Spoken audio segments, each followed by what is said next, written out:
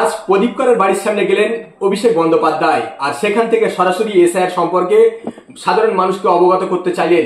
তিনি বললেন, ভয় পাবেন না, ভয় পাওয়ার কোনো কারণ নেই, ধর্ম নিয়ে রাজনীতি আমরা বাংলাতে করতে দেব না। বিজেপির বুকের পাড়া থাকলে বাংলার একজন মানুষকে তারা এসআইআর থেকে নাম বাদ দিয়ে দেখুক, তাহলে নির্বাচন কমিশনারের 1 লক্ষ মানুষ দিয়ে আমরা নির্বাচন কমিশনকে ঘেরাও করব। এমনকি তিনি এও জানালেন যে অমিত শাহের বাবার জন্ম সার্টিফিকেট কি দেখাতে পারবেন। পাশাপাশি প্রধানমন্ত্রী এবং ক্যাবিনেট মন্ত্রীদেরকে কটাক্ষ করতে ছাড়লেন না, তিনি তার বাবার জন্ম সার্টিফিকেট দেখার নিদান দিলেন। পাশাপাশি তিনি এও বললেন যে এসআইআর বাংলার মানুষের জন্য আতঙ্কের কোনো কারণ নেই, এসআইআর একদম খুব যথাযথ গুরুত্বপূর্ণ ভূমিকা দিয়ে কাজ করাতে দেবো, কোনো মানুষকে এখানে বাদ দেওয়া। কি বলেছিলেন অভিষেক বন্দ্যোপাধ্যায় আজকে সাংবাদিক সম্মেলন করে জানাবো আপনাদের মাঝে, আজকে তুলে দেবো। আমরা খবর পাই যে 57 বছরের একজন পুরুষ, অবিবাহিত, তিনি আত্মঘাতী হয়েছে। এনআরসি এসআইআর এর ভয়ে তিনি নিজের প্রাণ নিজে নিয়েছে। আমরা বুকের রক্ত দিয়ে রক্ষা করব। আমি প্রত্যেকটা লোককে, প্রত্যেকটা মা ভাই বোনেদের, প্রত্যেক পরিবার যারা আমার কথা শুনছেন, বিশেষ করে কলোনি এলাকায় যারা থাকেন, তারা নির্ভয়ে নিশ্চিন্তে থাকুন। কোন এসআইআর এনআরসি করে বাংলার একটা মানুষকে যদি এরা ভোটার তালিকা থেকে বাদ দেয়, আমরা 1 লক্ষ লোক নিয়ে নির্বাচন কমিশন ঘেরাও করব। কত ধানে কত চাল এদের বোঝাবো, এত সোজা নয়। সারা বাংলার একটাই এখন স্বর, জাস্টিস ফর প্রদীপ কর।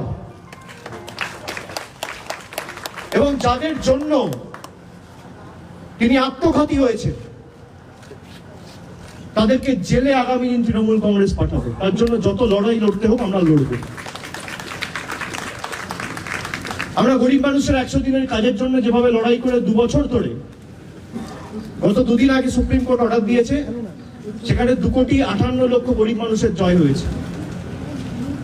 কেন্দ্র সরকার ভাবছে কি, যখন ইচ্ছা, যাকে ইচ্ছা আমি বাংলাদেশি ঘোষণা করে দেবো, যাকে ইচ্ছা আমি রোহিঙ্গা ঘোষণা করে দেবো। গণেশ কুমারের বাবার নাম আছে ভোটার লিস্টে, ডকুমেন্ট দেখাতে পারবে? অমিত শাহর বাবার জন্মের সার্টিফিকেট দেখাতে পারবে? প্রধানমন্ত্রী থেকে শুরু করে ক্যাবিনেটে যারা মন্ত্রী রয়েছে, স্বাস্থ্যমন্ত্রী, প্রতিরক্ষা মন্ত্রী, শিক্ষামন্ত্রী, অর্থমন্ত্রী, রেলমন্ত্রী, তার বাবার ঠাকুরদার জন্মের সার্টিফিকেট দেখাতে পারবে? যারা ইলেকশন কমিশনে কাজ করেন দেখাতে পারবেন? স্থানীয় যারা বিজেপির নেতারা যদি এখানে ঢোকেন, ঘিরে ধরবেন এদেরকে, বলবে বাবা ঠাকুরদার সার্টিফিকেট নিয়ে আয়, তারপর প্রচার করতে আসবে। বাবা ঠাকুরদার সার্টিফিকেট নিয়ে আয়, তারপর প্রচার করতে আসবি, বেঁধে রাখবেন। ভয় পাওয়ার কোনো কারণ নেই। মমতা বন্দ্যোপাধ্যায় না থাকলে ভয় পেতেন, তৃণমূল না থাকলে ভয় পেতেন। যতদিন আমরা আছি নিশ্চিন্তে থাকুন। রবীন্দ্রনাথ ঠাকুরের বাংলা, বিদ্যাসাগরের বাংলা, বঙ্কিমচন্দ্রের বাংলায়, স্বামী বিবেকানন্দর বাংলা, রামকৃষ্ণ পরমহংসদেবের বাংলাকে যারা ব্যঙ্গ বিদ্রুপ করেছে, বাংলাদেশি বলে যাদের আখ্যায়িত করে আমাদের অপমান করেছে, আগামী দিন জবাব নেওয়ার জন্য আমাদের সকলকে এখন থেকে প্রস্তুত থাকতে হবে।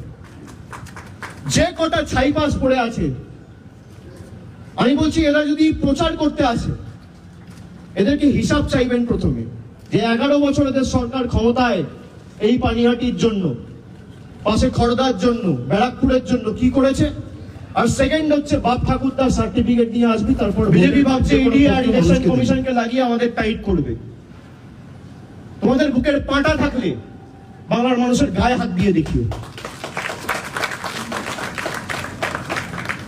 এই ভদ্রলোককে পাঠানো হয়েছে জাতীয় নির্বাচন কমিশনে, যাতে ভোটার আর ভোট দিতে না পারে। আগে মানুষ ভোট দিয়ে সরকার নির্বাচিত করত, এখন সরকার পছন্দের ভোটার বেছে নিচ্ছে।